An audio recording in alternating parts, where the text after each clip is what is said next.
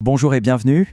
Alors, Pourim, on pense tous connaître l'histoire, n'est-ce pas? Le vizir maléfique, la reine courageuse, le peuple sauvé.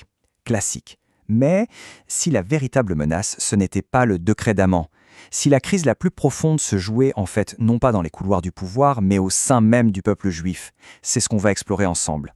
Dans la version qu'on connaît tous, c'est assez simple finalement. On a Aman, le grand vizir de l'Empire perse, qui est clairement le grand méchant de l'histoire. Son plan, il est limpide. Il veut tout simplement anéantir les Juifs. Il incarne cette menace extérieure, l'ennemi physique contre lequel il faut se battre pour pouvoir survivre. Sauf que cette vision des choses est peut-être un peu trop simple. Et si Aman, finalement, n'était pas la cause du problème, mais juste un symptôme? Si le véritable danger, celui qui a rendu son décret possible, ne venait pas de l'extérieur, mais bien de l'intérieur de la communauté juive elle-même?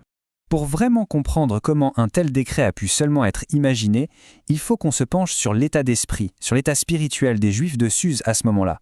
Parce que Aman, en réalité, il n'a pu agir que parce qu'il a trouvé une faille, une sorte de vulnérabilité interne au sein du peuple. Et la source de cette vulnérabilité, elle est là, dans cette idée.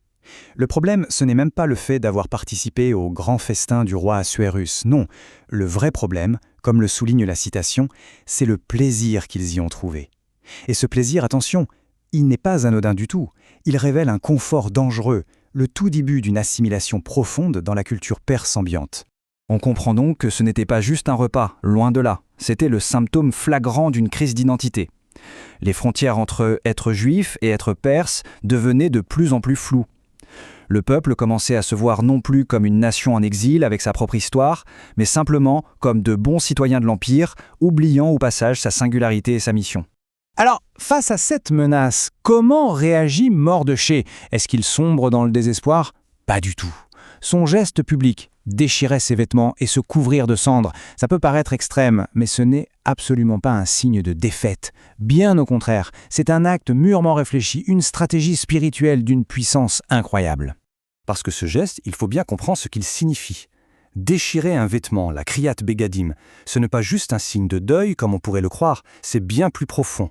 C'est un acte qu'on pourrait qualifier de métaphysique. L'idée, c'est de littéralement tenter de casser l'ordre naturel des choses, de briser cette logique de cause à effet qui veut qu'une faute amène une punition. C'est un appel pour aller au-delà de la justice et invoquer une miséricorde absolue. Pour bien saisir ça, il faut distinguer deux grands concepts. D'un côté, on a le monde qui fonctionne par défaut sur un principe de justice stricte, la midat radin. À chaque action, sa conséquence méritée. C'est la logique. Mais il existe un autre principe, la miséricorde, la midat rachamim, qui, elle, peut transcender cette logique.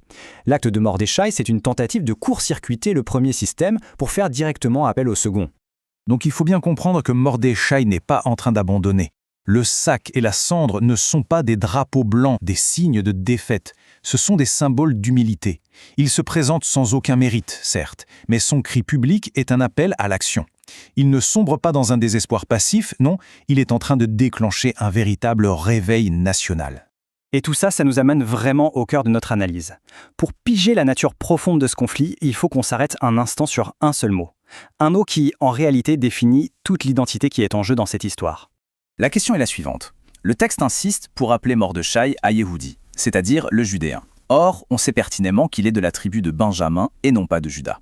Donc ce titre, ce n'est clairement pas une simple description de sa lignée, ça signifie quelque chose de beaucoup plus profond. Et voici la clé. Yehudi, à l'origine, ce n'est pas un terme religieux. C'est un terme politique et national. Il désigne quelqu'un qui s'identifie à la dernière entité politique juive souveraine qui a existé avant l'exil, le royaume de Juda. Ce n'est rien de moins qu'une déclaration de nationalité. Et ça change absolument toute la perspective. D'un seul coup, le conflit n'est plus une simple persécution religieuse. Non, ça devient une lutte entre deux nations. La nation juive, incarnée par Mordechai, et la nation d'Amalek, incarnée par Aman. Le refus de se prosterner n'est alors plus un caprice religieux, mais un acte de loyauté nationale, un refus d'allégeance politique à une puissance étrangère. Alors, qu'est-ce que toute cette histoire peut bien nous dire à nous aujourd'hui?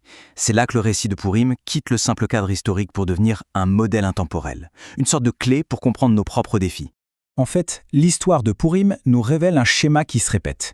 D'abord, l'affaiblissement de l'identité, l'assimilation, qui ouvre la porte au danger. Ensuite, la réponse, qui doit être la réaffirmation d'une identité nationale forte. Et enfin, la stratégie, l'unité du peuple, comme celle qu'Esther a demandée, qui devient l'arme principale pour la survie. C'est une idée un peu paradoxale, c'est vrai, mais elle est très puissante. Parfois, une menace extérieure agit comme une sonnette d'alarme.